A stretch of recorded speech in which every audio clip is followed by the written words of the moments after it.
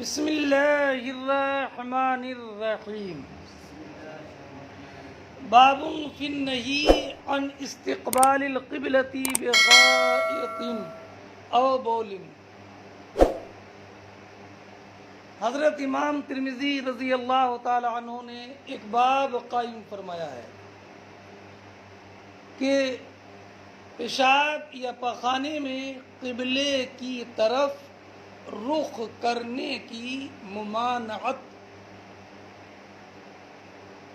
اس تعلق سے ہمارے علماء کے درمیان کثیر اختلاف ہے، ائمہ مجتہدین رضی اللہ تعالیٰ عنہ۔ غائط یا بول میں استقبال قبلہ اور استدبار قبلہ دو چیزیں ہیں، استقبال اور استدبار، منہ کرنا یا پیٹھ کرنا، دو صورتیں ہوں۔ ایسی غائط یا بول کی دو صورتیں ہیں، صحرا میں یا جو اس کے لیے بیت الخلاء بنائے جاتے ہیں ان میں، یہ چار صورتیں ہیں، یعنی استقبال صحرا میں ہو، استدبار صحرا میں ہو، استقبال بیت الخلاء میں ہو، استدبار بیت الخلاء میں ہو، چار صورتیں ہو۔ استقبال استدبار سمجھ رہے ہو نا؟ غائط اور بول سمجھ رہے ہو نا؟ چار صورتیں۔ اس تعلق سے حضرت امام اعظم رضی اللہ تعالیٰ عنہ کا مذہب یہ ہے کہ استدبار ہو یا استقبال، فضا میں ہو یا بیت الخلاء میں، مطلقاً کراہت ہے، مکروہ ہے، منع ہے، ممنوع ہے، ناجائز ہے۔ استقبال بھی، استدبار بھی، صحرا میں بھی، کنیف میں بھی، غائط میں بھی اور بول میں بھی، مطلقاً ممنوع۔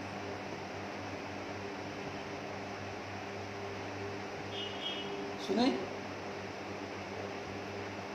ہماری دلیل حضرت ابو ایوب انصاری رضی اللہ تعالی عنہ کی حدیث ہے، جس کے تعلق سے حضرت امام ترمذی نے فرمایا اصح شیء ورد فی ھذا الباب۔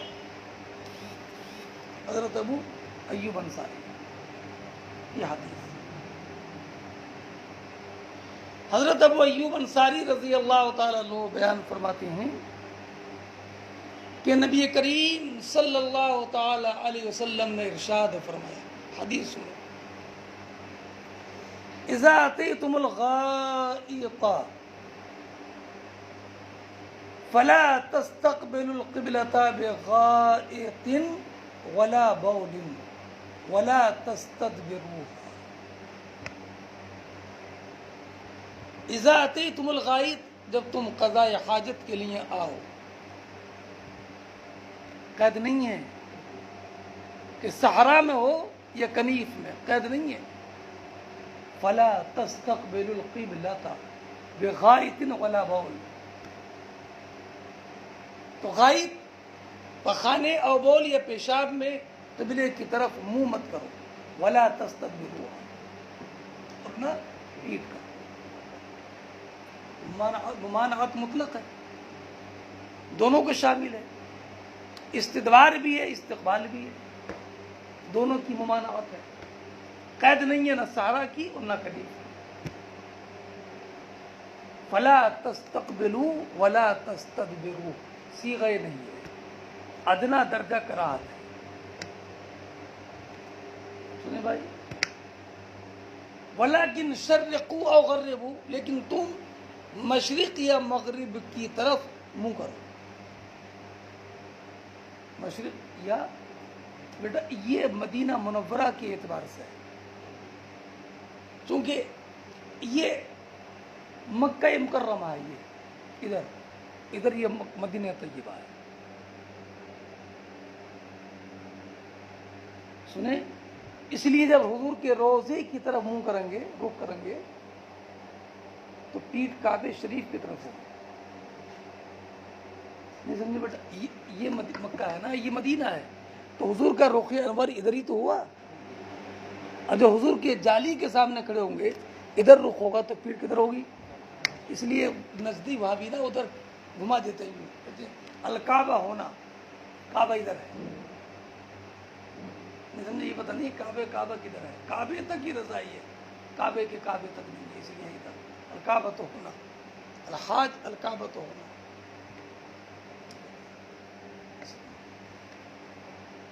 تو ابھی ادھر ہے، تو کعبے کی طرف رخ کدھر کب ہوگا؟ جبکہ رخ جانب جنوب میں ہو. اور کعبے کی طرف پیٹھ کب ہوگی؟ جبکہ رخ جانب شمال میں ہو. تو حضور نے فرمایا جانب شمال یا جانب جنوب رخ یا پیٹھ مت کرو، ولیکن شرقوا وغربوا، بلکہ رخ پورب کی طرف، وغربوا یہ رخ پچھم کی طرف، تاکہ تمہارا رخ یا تمہاری پیٹھ کعبہ شریف کی طرف نہ ہو. سمجھ گئے پوری بات؟ نہیں سمجھا؟ یہ فرماتے ہیں فقدمنا الشام، تو ہم شام آئے. شام سام ابن نوح کے نام پر اس ملک کا نام رکھا گیا، کیونکہ اس ملک میں حضرت سامی کے اولاد ہے.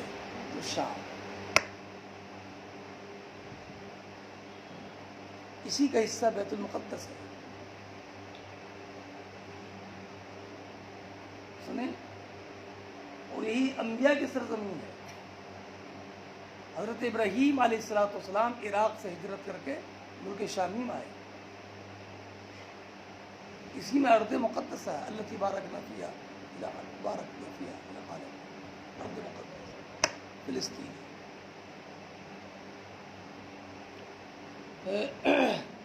اہل عرب کا تجارتی معاملہ ملک شام سے متعلق تھا. حضور بھی ملک شام 4 مرتبہ تشریف لائے، 2 سال اعلان نبوت سے پہلے اور 2 سال اعلان نبوت، 2 مرتبہ اعلان نبوت سے پہلے اور 2 مرتبہ اعلان نبوت کے بعد. حضرت ایوب انصاری کہتے ہیں ملک شام آئے ہم، تو ہم نے وہاں پاخانے قبلہ رخ بنے دیکھے. بھائی ذرا توجہ رکھنا، پاخانے قبلہ رخ بنے دیکھے. فننحرف عنها ونستغفر اللہ، تو ہم ان سے منحرف ہو جاتے اور استغفار کرتے. ذرا توجہ رکھنا. فننحرف عنها میں ہا کا مرجع یا تو مراخیز ہیں اور یہاں کا مرجع قبلہ ہے. فننحرف عنها، ہم ان پخانوں سے منحرف ہو جاتے، قضاء حاجت نہیں کرتے تھے کیونکہ قبلہ رخ ہوتے تھے. اور یا فننحرف عنها میں ہا کا مرجع قبلہ ہے، تو معنی یہ کہ ہم قبلہ سے منحرف ہو جاتے تھے، یعنی ترچھے بیٹھتے تھے، قدموں کی، قدمچوں کی ہم پابندی نہیں کرتے تھے. اللہ اکبر. نہیں سمجھے دونوں؟ فننحرف عنها، ہم ان سے منحرف ہو جاتے، وہ قضاء حاجت نہیں کرتے. فننحرف عنها کا دوسرا معنی ہم قبلے سے منحرف ہو جاتے، یعنی قضاء حاجت میں قدمچوں پر بیٹھنے کی پابندی نہیں کرتے تھے، ترچھے ہو کر بیٹھ جاتے. ونستغفر اللہ، اور ہم استغفر اللہ پڑھتے. اب استغفر اللہ پڑھنے کا مطلب اس کے 3 معنی ہو سکتے ہیں. ونستغفر اللہ، ایک معنی یہ کہ ہم بہت برا لگتا تھا، اس کو دیکھ کر برا لگتا تھا، تو ان کی شناعت پر استغفر اللہ پڑھتے تھے. اور دوسرا مطلب یہ قدمچوں کی پابندی تو نہیں کرتے تھے، ترچھے ہو کر بیٹھتے تھے، مگر مکمل طور پر اجتناب نہیں ہو پاتا تھا، کچھ نہ کچھ رخ ہو ہی جاتا تھا، تو اب اس کچھ نہ کچھ رخ ہونے پر استغفر اللہ پڑھتے تھے۔ تیسرا معنی یہ ہے کہ نستغفر عنا ونستغفر، ہم استغفار کرتے تھے، یعنی اگر یہ معلوم ہو جاتا کہ ان کے بنانے والے مسلمان ہیں تو ان کے بنانے والوں کے لیے استغفار کرتے تھے، ونستغفر اور ہم استغفار کرتے۔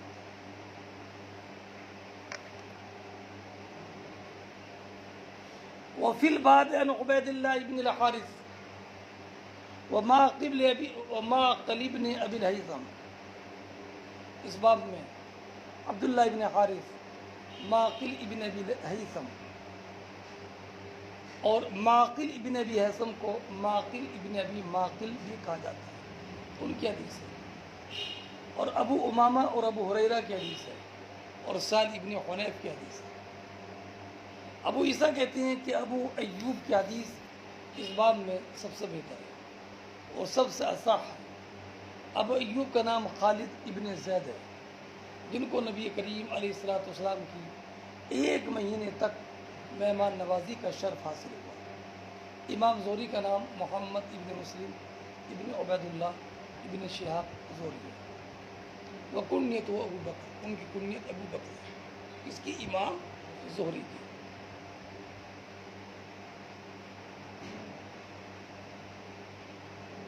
تو یہ دلیل تو ہمارے مذہب کی حدیث ہوئی، یہ حدیث۔ دوسرا مذہب یہ ہے کہ استقبال اور استدبار یہ دونوں ممنوع ہے، جبکہ صحرا میں ہو، اور اگر بیت الخلاء بنا دیے گئے ہیں تب یہ ممانعت نہیں ہے۔ سنیں، یہی امام شافعی کا مذہب ہے، استقبال استدبار دونوں منع ہیں، کہاں؟ لیکن اگر کیوں؟ وہ کہتے ہیں اس لیے کہ حدیث مبارک بھی ہے، اور جو نبی کریم علیہ السلام نے ارشاد فرمایا اذا اتیتم الغائط فلا تستقبلوا القبلة بغائط ولا بول ولا تستدبروها، یہ سرکار کا ارشاد فضا اور صحرا سے متعلق ہے۔ آبادی میں جو بنائے جائے ان سے، کیوں؟ کہتے فرق ہے، فرق یہ کہ اگر بیت الخلاء میں بیٹھے گا کعبہ شریف کی طرف منہ کر کے یا پیٹ کر کے، تو وہ دیوار حائل ہے، آڑ ہے دیوار کی یا دروازے کی، تو یہ استقبال و استدبار نہیں ہوا، حقیقت آڑ ہے دیوار کی۔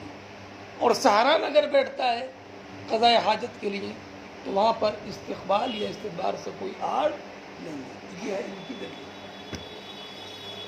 ہمارا جواب یہ کہ استقبال اور استدبار جہاں تک بات ہے، اور جہاں گھروں میں بنا ہوا تو دیوار آڑ ہے، تو فضا میں بھی اگر استقبال یا استدبار کرے گا تو بیچ میں جانے کتنی آبادیاں، پہاڑ، اشجار و حجار آڑ ہیں، آڑ ہونے کی جہاں تک بات ہے وہ تو جیسے آبادی میں ویسی فضا میں بھی، اس لیے مقید کرنا جائز نہیں ہے، بلکہ حدیث کے مطلق کو اس کے اطلاق پر باقی رکھو۔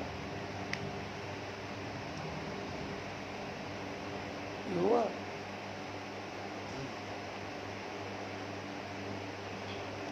امام احمد ابن حنبل رضی اللہ تعالی عنہ فرماتی ہے کہ نہیں، تیسرا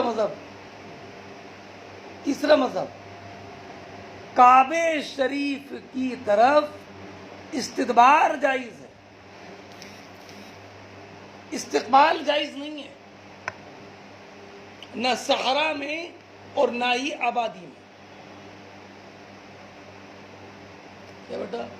استدبار جائز ہے، رخصت استدبار کی ہے، استقبال کی نہیں ہے۔ استقبال تو صحرا میں بھی منع ہے، اور اگر کنیف میں کرتا ہے، بیت الخلاء میں کرتا ہے تو بھی منع ہے۔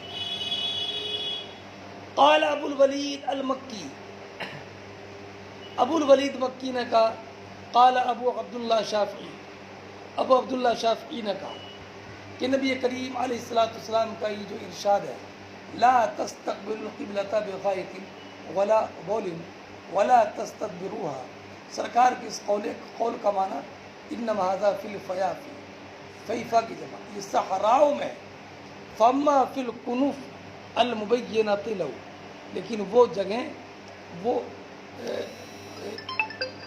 جگہیں جو اس کے لیے بنائی جاتی ہیں تو ان میں رخصت ہے۔ کیا رخصت ہے؟ کہ فی ان یستقبلھا، بولو اس میں رخ کر، وہکذا قالوا اسحاق، ایسے اسحاق ابن محمد نے کہا۔ اور امام احمد ابن حنبل نے فرمایا کہ نبی کریم علیہ السلام سے رخصت قضاء حاجت میں، لیٹرین اور پیشاب میں، یہ قبلے کی طرف پیٹ کرنے میں ہے۔ فَأَمَّا استقبال القبلہ، لیکن قبلے کا استقبال، فلا يستقبلها، تو قبلے کی طرف رخ نہ کرے، مطلقاً نہ کرے۔ اب فرماتے ہیں امام ترمذی، كَأَنَّهُ لَمْ يَرَى فِي الصَّحْرَاءِ وَلَا فِي الْكَنِيفِ أَنْ يَسْتَقْبِلَ الْقِبْلَةَ، گویا کہ امام احمد بن حنبل صحرا میں اور کنیف میں، بیت الخلاء میں، کسی میں بھی رخصت نہیں سمجھتے تھے قبلے کی طرف منہ کرنے میں، قبلے کی طرف منہ کرنا ان کے نزدیک مطلقاً ممنوع۔ باب ما جاء من الرخصت فی ذلک، یہ باب اس کے بیان میں جو اس سلسلے میں رخصت آئی ہے۔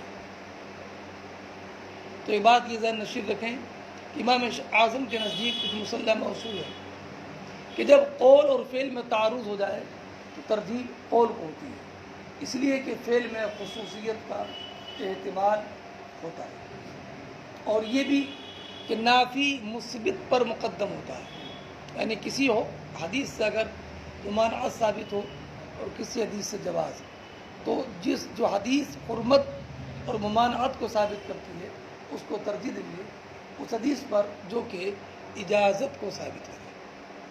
یہ قاعدہ ذہن نشین رکھیے اور اس کے بعد حدیث پاک سنیے۔ فرماتے امام بخاری رضی اللہ تعالیٰ، امام ترمذی کہ ہم سے حدیث بیان کی محمد ابن بشار اور محمد ابن المثنى نے، انہوں نے کہا کہ ہم سے حدیث بیان کی وہب ابن جریر نے، انہوں نے کہا کہ مجھ سے حدیث بیان کی جریر نے، وہ روایت کرتے ہیں محمد ابن اسحاق سے، وہ روایت کرتے ہیں ابان ابن صالح سے، وہ امام مجاہد سے، وہ حضرت عبداللہ جابر ابن عبداللہ سے۔ جابر ابن عبداللہ فرماتے ہیں کہ نبی کریم علیہ السلام نے منع فرمایا، کس سے منع فرمایا؟ کہ ہم پیشاب کرنے میں قبلے کی طرف رخ کریں، اس سے منع فرمایا، یہ تو قول ہوا۔ فرأیت قبل ان یقبض بعام، تو میں نے نبی کریم علیہ السلام کو آپ کے وصال سے 1 سال پہلے دیکھا کہ آپ قبلے کی طرف قضاء حاجت میں رخ کیے ہوئے تھے۔ تو ممانعت بھی منقول ہے امام حضرت جابر ابن عبداللہ سے، اور نبی کریم علیہ السلام نے رخ کیا قبلے کی طرف 1 سال پہلے دیکھا رخ کیے ہوئے، یہ بھی ثابت ہے۔ تو جواب وہی ہے کہ وہ قول ہے اور یہ فعل ہے، اور قول فعل میں ترجیح قول کو ہوتی ہے، اس لیے کہ فعل میں خصوصیت کا بھی احتمال ہوتا ہے۔ فرماتے اس باب میں حضرت ابو قتادہ سے، عائشہ صدیقہ سے، حضرت عمار ابن یاسر سے روایت ہے۔ قال ابو عیسیٰ، فرماتے ہیں ابو عیسیٰ امام ترمذی کہ حضرت جابر کی حدیث اس باب میں حدیث حسن اور غریب ہے، اور یہ حدیث ابن لہیعہ نے ابو زبیر سے روایت کی، انہوں نے حضرت جابر سے، انہوں نے ابو قتادہ سے، کہ ابو قتادہ نے کہا کہ انہوں نے نبی کریم صلی اللہ علیہ وسلم کو پیشاب کرتے ہوئے دیکھا قبلے کی طرف رخ کر کے، قبلے کی طرف رخ کرتے ہوئے۔ یہ کس کی حدیث ہے؟ یہ حضرت ابو قتادہ کی ہے، اور اس کی روایت کرنے والے ابن لہیعہ ہے، سنیں، اور پہلی والی حدیث جابر ابن عبداللہ کی تھی۔ تو فرماتے ہیں کہ حضرت جابر ابن عبداللہ کی جو روایت ہے وہ حسن ہے، اور جو روایت ابن لہیعہ نے حضرت ابو قتادہ سے کی ہے ابو زبیر اور جابر کے واسطے سے، یہ حدیث ضعیف ہے، اس لیے کہ ابن لہیعہ اہل حدیث کے نزدیک یعنی ائمہ محدثین کے نزدیک ضعیف ہے، اور ابن لہیعہ کی تضعیف کی ہے حضرت یحییٰ ابن سعید قطان نے، اس لیے ابن لہیعہ کی حدیث کے وہ مقابل جابر ابن عبداللہ کی جو حدیث ہے وہ زیادہ صحیح ہے۔ فرماتے ہیں ابو عیسیٰ ترمذی کہ حضرت جابر کی حدیث اس باب میں حدیث حسن غریب ہے، اور اس حدیث کی روایت ابن لہیعہ نے ابو زبیر سے کی، انہوں نے جابر سے، انہوں نے ابو قتادہ سے، کہ ابو قتادہ نے نبی کریم علیہ الصلوۃ والسلام کو قبلے کی طرف رخ کر کے پیشاب کرتے ہوئے دیکھا۔ اخبرنا بذالک قتیبہ، ہمیں ابن لہیعہ کی حدیث کی خبر قتیبہ نے دی، انہوں نے کہا کہ حدث اخبرنا ابن لہیعہ، کہ ہمیں خبر دی ابن لہیعہ نے۔ فرماتے ہیں حضرت جابر ابن عبداللہ کی حدیث جو نبی کریم علیہ الصلوۃ والسلام سے ہے یہ اصح ہے ابن لہیعہ کی حدیث سے، اور ابن لہیعہ ضعیف ہیں ائمہ محدثین کے نزدیک، ضعفہ یحییٰ ابن سعید قطان وغیرہ، امام یحییٰ ابن سعید قطان وغیرہ نے ابن لہیعہ کی تضعیف کی ہے۔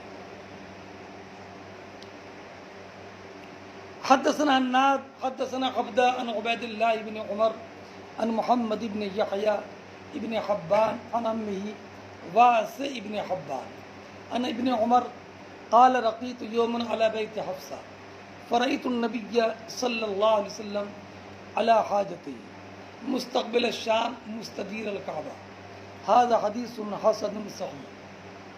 یہ حدیث حضرت عبداللہ ابن عمر کی ہے۔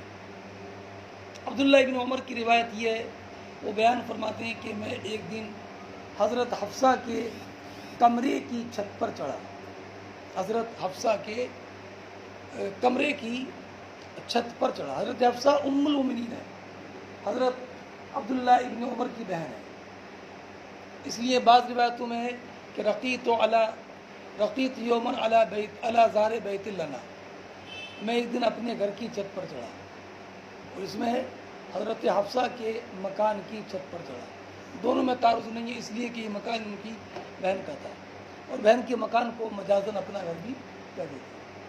میں حضرت حفصہ کے مکان پر چڑھا تو میں نے دیکھا کہ میری نظر پڑی تو میں نے دیکھا کہ نبی کریم علیہ الصلوۃ والسلام دو کچی اینٹوں پر بیٹھے ہوئے استنجا فرما رہے ہیں، اور آپ کا رخ شام کی طرف ہے، اور آپ کی پیٹھ جو ہے وہ کعبہ شریف کی طرف ہے۔ ملک شام مکہ مکرمہ سے اس سائڈ میں پڑتا ہے، تو جب رخ ملک شام کی طرف ہوگا تو پیٹھ کعبہ شریف کی طرف ہوگی۔ تو فرماتے ہیں کہ میں نے نبی کریم علیہ الصلوۃ والسلام کو دیکھا کہ آپ قضاء حاجت فرما رہے ہیں، اور رخ شام کی طرف ہے اور پیٹھ کعبہ شریف کی طرف ہے، یہ بیان کرنا ہے۔ تو اس سے یہ معلوم ہوا کہ پیٹھ کرنا جائز ہے، لیکن جواب میں نے آپ کے سامنے پہلے ذکر کر دیا ہے کہ یہ نبی کریم علیہ الصلوۃ والسلام کا عمل ہے، اور عمل پر ترجیح اور کو ہوئی۔ سرکار نے کہیں بھی نہیں فرمایا کہ کعبہ شریف کی طرف پیٹھ کرنا یا رخ کرنا جائز ہے۔ اور دوسرا جواب یہ کہ یہ حضرت عبداللہ ابن عمر نے دیکھا، اپنا فعل بیان کر رہے ہیں کہ میں نے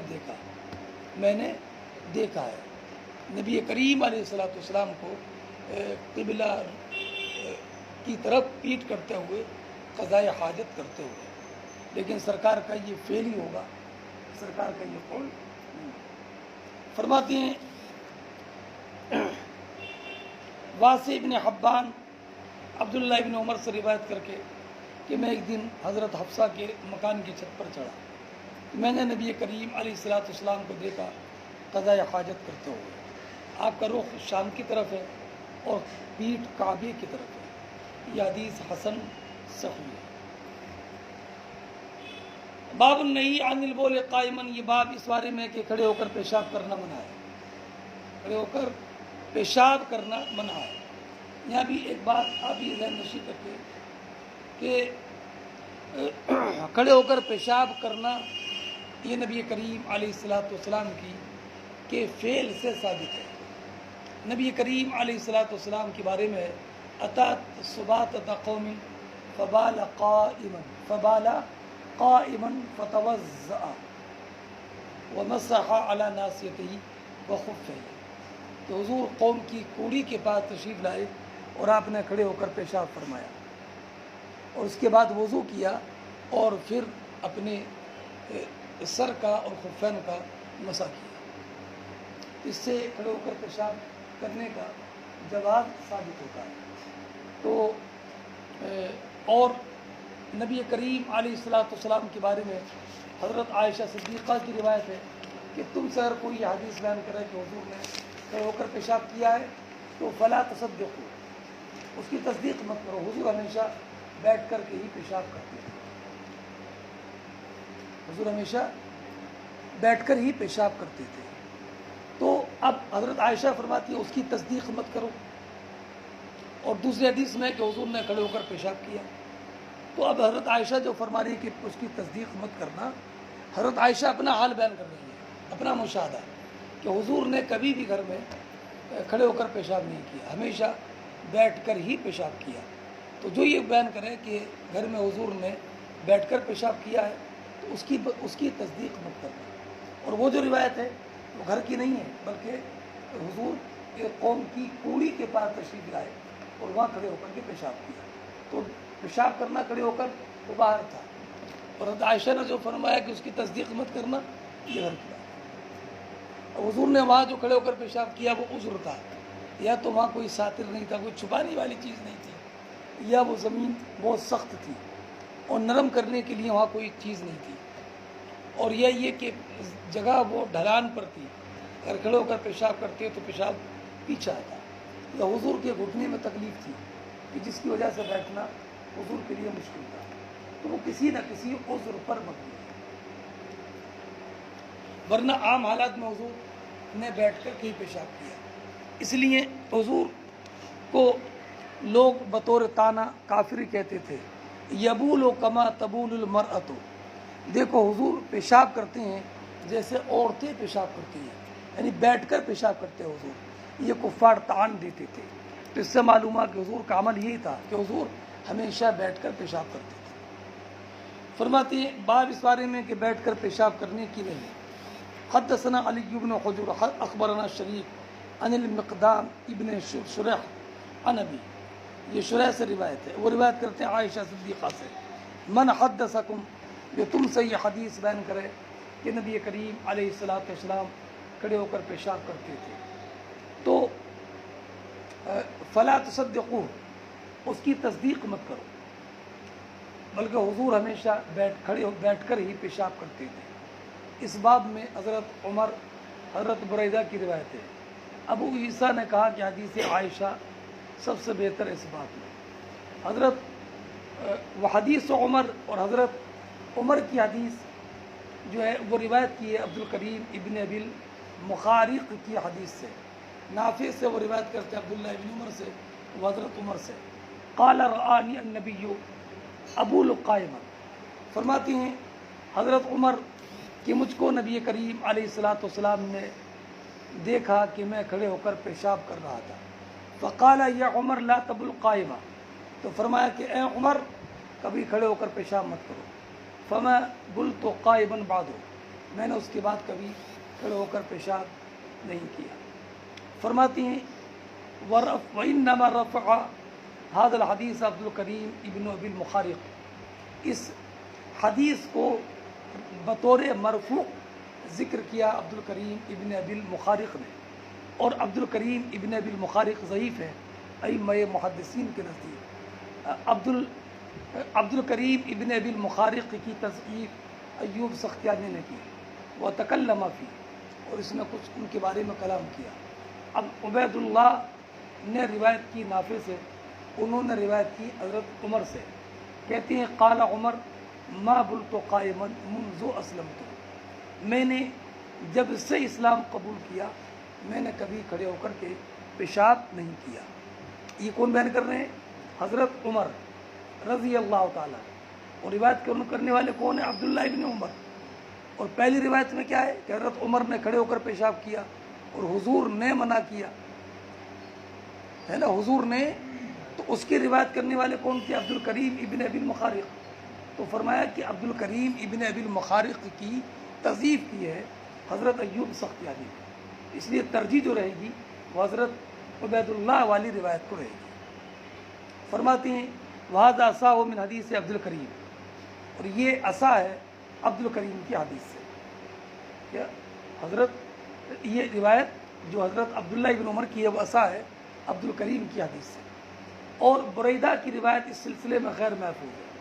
فرماتے ہیں جو کھڑے ہو کر پیشاب کرنے کی ممانعت کا معنی تادیب پر ہے، تحریم پر نہیں ہے، یعنی کھڑے ہو کر پیشاب کرنا حرام نہیں ہے بلکہ ممنوع ہے اور مکروہ ہے۔ فرماتے عبداللہ ابن مسعود رضی اللہ تعالیٰ عنہ سے مروی ہے کہ ان من الجفاء ان تبول وان تقاء، کہ عبداللہ ابن مسعود نے فرمایا گوار پن سے یہ بات کہ تم کھڑے ہو کر کے پیشاب کرو، گوار پن سے ہے یہ بات کہ تم کھڑے ہو کر کے پیشاب کرو، گوار پن سے فرمایا، حرام نہیں فرمایا۔ فرماتے ہیں یہ بات اس بارے میں جو اس سلسلے میں رخصت آئی ہے، رخصت والی حدیث وہی ہے۔ حضرت حذیفہ بیان کرتے ہیں کہ نبی کریم علیہ السلام عطا صبات عطا قوم کی کوڑی کے پاس تشریف لائے، فبال علی قائم، تو حضور نے کھڑے ہو کر پیشاب کیا۔ فاتیتہ بوضو، تو میں پانی لایا وضو کے لیے، فذهبت لاتاخر عنہ، تو پیچھے ہٹنے لگا، تو مجھے بلایا تو میں حضور کے ایڑی کے پاس کھڑا ہو گیا، تو حضور نے وضو کیا اور اپنے خفین پر مسح کیا۔ ابو عیسیٰ فرماتے ہیں ایسی روایت کی ہے منصور نے، عبیدہ زعبی نے ابو وائل سے، انہوں نے روایت کی ہے حذیفہ سے، عامش کی روایت کے مسلم، حماد ابن ابی سلیمان، عاصم ابن بہدلہ نے روایت کی ابو وائل سے، انہوں نے مغیرہ ابن شعبہ رضی اللہ تعالیٰ عنہ سے، انہوں نے نبی کریم علیہ السلام سے روایت کی۔